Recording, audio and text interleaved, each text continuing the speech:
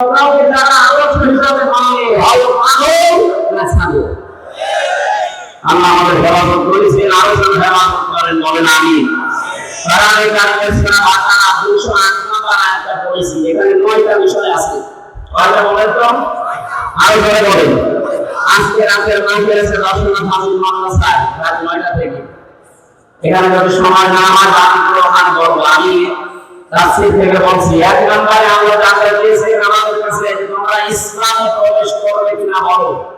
2 নম্বরে দিনের সহযোগী হবে কিনা তাই বলো। 3 নম্বরে ভাতৃত্বের বন্ধনটা মজবুত করবে কিনা বলো। 4 নম্বরে হিংসা বিদ্বেষ ঝগড়া বিবাদ দূর করবে কিনা বলো।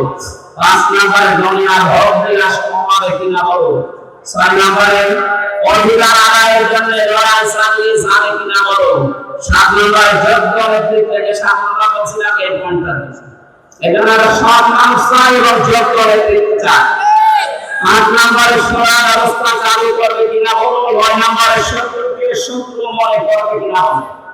এই 9টার ভেতরে আমি কখন তার ব্যাখ্যা যতটুকু পারা যায় মাঝে পর্যন্ত করবো। কবে আসেন হয় 22 আমরা 20 পর্যন্ত কথা বলি নাকি আসেন না? হ্যাঁ ছেলে কোথায় যাও জবান করে বাংলাটাকে বলেন আউযু বিল্লাহি মিনাশ শাইতানির রাজীম বিসমিল্লাহির রাহমানির রাহিম ইয়া আইয়ুহাল্লাযীনা আমানু দুখুলু ফিস-সিলমি কাফা। সাল্লাল্লাহু আলাইহি ওয়া সাল্লাম। আল্লাহ নাম দিয়েছেন ইমানদারকে। কাকে? এখানে আমরা ইমানদার না বেঈমান? কোন বেঈমান এখানে আছে? আপনি না বললে হবে। দেখেন তো আছে কিনা। সাহাবী প্রশ্ন করলেন, হে নবী আমাদের ঈমান আছে, আমি কি করে দিয়ে পাবো? বিশ্বনবী বলেন, ইদা সারাকা হাসানাতুকা ওয়া সাআকা সাইয়্যাতুকা ফাআনতা মুমিন।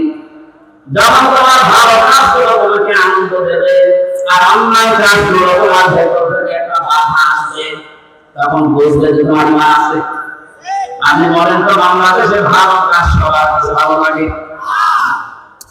নামাজ বিনায় রোজাদার মানুষ হজ করে এসেছে, দান সাদকা করে, কিন্তু পৃথিবীর সব জায়গায় ভালো কাজ যেটা কোরআনে কারীম প্রচার করা, কোরআনে কারীম প্রতিষ্ঠা করা, এর চাইতে ভালো কাজ নেই। অথচ এই কাজের কথা শুনলে মানুষের আনন্দ লাগা মনের কথা। আমি কি বোঝাতে পেরেছি? আপনি নামাজ পড়ে রোজা আছে ইমানদার হবেন না, এই ভালো কাজ আপনার কাছে ভালো না লাগে। অন্যায় কাজ দেখলে যদি ভেতর থেকে একটা বাধা আপনার না আসে, বাধার অপরের কথা এই 15.5 বছরে আরো আইন হয়ে বেশি হয়েছে। এরকম একটা অবস্থা আরো 5 তারিখের আগে যদি করতেন 14 জায়গায় অনুমতি নেওয়া লাগতো। তারপরে তাদের কাছে অনুমতি নেওয়া শুরু হওয়ার আগে মানুষ এলাকার নাম বললাম হনুমান, এটি মানুষের ভেতরে পড়ে। ওর কাছে কোরআনের নাম শুনতে এইরকম মানুষগুলোর কাছে আমরা দেখতাম যে মানুষ অনুমতি নেওয়ার জন্য তার এক জায়গায় 2 জায়গায় 14 জায়গায় ওরা সামনে মাথা ধরে পারে কিছু সরাসরি বলে না যে কোরআনের আলোচনা হবে না, কিন্তু এমন সিস্টেম করে দিয়েছিল যেন ওই জায়গায় না যায় অনুষ্ঠান না। তাই অনলাইন কাজ দেখলে আপনার ভেতরে খারাপ লাগে না, আপনি মাথায় একটা পান না, আর আপনার আনন্দ লেগেছে এটা তো আপনার মমতাজকে নিয়ে আয় কনসার্টে আমি টাকা নেই এরকম কথা বলতে শুনেছি আমি। এই কথা বলে না কেন? এই যে যার নাম বলছে হনুমান সাহেব ছোট ভাই কথা বলেছিলেন মৌলানা হোসেন, ওই নাই কোরবানি কোরআন নাম দেওয়ার জন্য আমার নাম দিয়েছে বলে এটা দরকার কি? এ কোরআন ওরা বাদ দিয়ে মমতাজকে নিয়ে আয় যা লাগে আমি দিচ্ছি। যে আজকে দেখো দেখি আজকে আপনি টাকা দিয়ে যান মমতাজকে নিয়ে আসবেন, টাকা দিয়ে যান।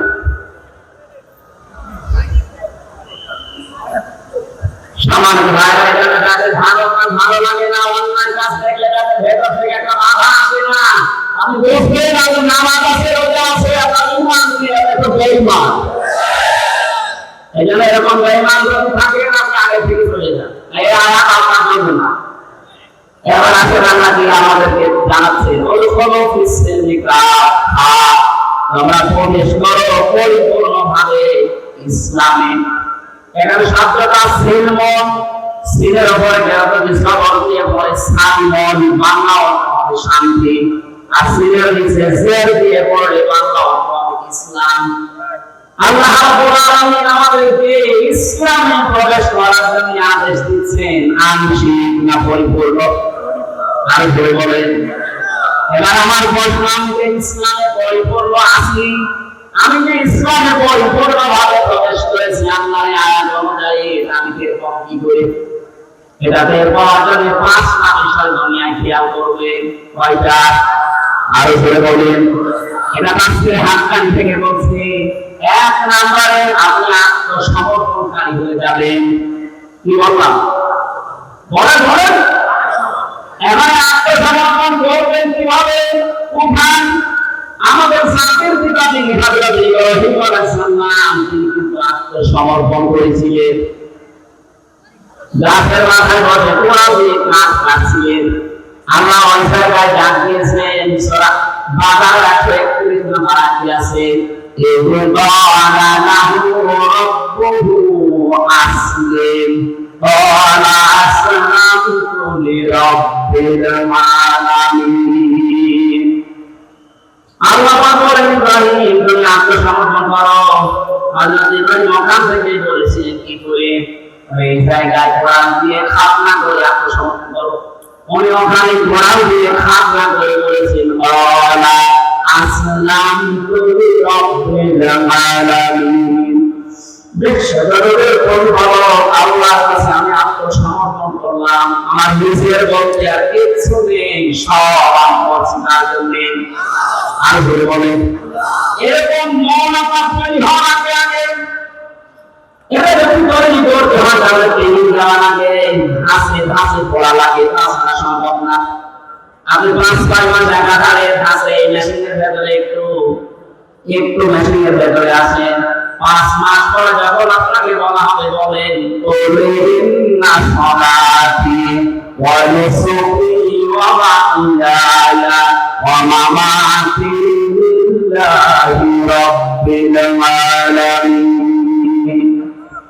5 মাস 6 মাস পরে যখন দেখবেন এই আয়াতটা আপনাকে পড়ানো হচ্ছে, আপনার ভেতর থেকে পড়াটা চেঞ্জ হয়ে যাবে। আপনার মহামারা মহাসারা, আপনার উত্তম চরিত্র, আপনার আকীদা, যতগুলো বিষয় আমি কোরআন কারীমের ভেতরে পেয়েছি 500 বিষয় আছে। কত? আল্লাহ 500 শরীয়তের বিভাগ দিয়েছেন। এই মেশিনের ভেতরে এসে যদি 5-6 মাসে আপনি একেবারে পুরাটা খাপের খাপ মিলে যেতে পারেন, এই আয়াতটা পড়ানো হলে দেখবেন আপনি ইব্রাহিম নবীর রূহানি সন্তানে পরিণত হয়ে গেছে। হযরত ইব্রাহিম এবং ইসহাক এই দুই নবীর কথা পরবর্তীতে আল্লাহ দিয়েছেন। আল্লাহ বলেন, ওয়াসাবিনা ইব্রাহিম বানিহি ওয়া ইয়াকুব ইয়া বানিয়া ইন্নাল্লাহা আসতাফা লাকুমুদ-দীন ফালা তামুতুন্না ইল্লা ওয়া আনতুম মুসলিমুন। বলেন আল্লাহু আকবার।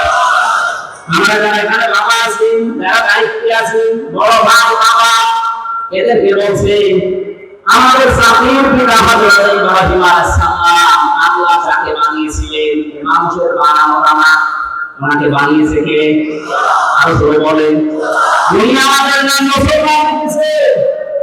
মিল্লাতা আবিকুম ইব্রাহিম আহুয়া সাম্মাকুমুল মুসলিমিন। এই হওয়ার কথা পায়ের সরাসরি হযরত ইব্রাহিম আলাইহিস সালাম কোন তাফসীরে আল্লাহর নাম লেখা আছে। যেহেতু তাফসীরে আগের আয়াতের সাথে মিল করা দরকার, যারা মুফাসসির, যারা তাফসীর করতে চায়, উসুলে তাফসীরের মূল নীতি আছে 13টা। তার ভিতরে প্রথমে এটা কোন আয়াত দিয়ে যদি দলিল দিতে চান, তার আগের আয়াত পরের আয়াতের রিলেটেড কি আছে এটা আগে দেখা লাগে। এর আগে তো দুইটা নাম আছে, আল্লাহর নাম আছে, জাতির পিতা ইব্রাহিম নবীর নাম আছে। মুফাসসিরিনরা লিখেছেন আমাদের মুসলমান, আমাদের এই নামটা লিখেছেন আমাদের বাবা ইব্রাহিম আলাইহিস সালাম। তাফসীরে খাজানের ভেতরে আমি পড়েছি কোন মানুষ যদি বাবা হতে চায় ইব্রাহিম আলাইহিস সালামের মতো 11টা কাজ তার বাবা হিসেবে দুনিয়ায় করা লাগবে। কয়টা? এক নম্বর একটা সন্তানের অর্থগত নাম রাখবেন। এটা আমাদের বাবা আমাদের নাম লিখেছেন মুসলিম। নাম কি বলেন বলেন? কি সুন্দর নাম লিখেছে, আত্মসমর্পণকারী। আর আমরা এখন অনেক বাবা এমন নাম রাখি এবং নাম রাখাও হয় না। আমি নাম রাখলাম না, ও নাম শুনে বসা যায় না, যাতে মুসলমান নাম না হিন্দু নাম। এই কথা বুঝতে পারি। আপনি নাম রাখলে অর্থ দেখে রাখবেন, কি নাম রাখলেন আপনি বাবা হিসাবে? গার্জিয়ান হিসাবে 11টা দায়িত্বের প্রথমে আপনার সন্তানের নাম অর্থ রাখবেন। যে নাম লেগেছেন বলেন তো ওটা কি মুসলমানের নাম না হিন্দুর নাম? কে বুঝতে থাকা? একজনের নাম শুনেছিলাম ওর দাদির দাঁত নেই, পানি লাগবে বসে আমি দাদি করে বললাম না, বহু নামের তো মলটা ফলটা বেশি আছে। আমার শিক্ষা দেওয়ার বিষয়, আল্লাহ যাকে জাতির পিতা বানালেন তিনি পিতা হিসেবে যে দায়িত্বগুলো পালন করছেন দেখেন। 1 নম্বরে তিনি নাম রাখলেন, একেবারে 11 নম্বরে তিনি ওসিয়ত করলেন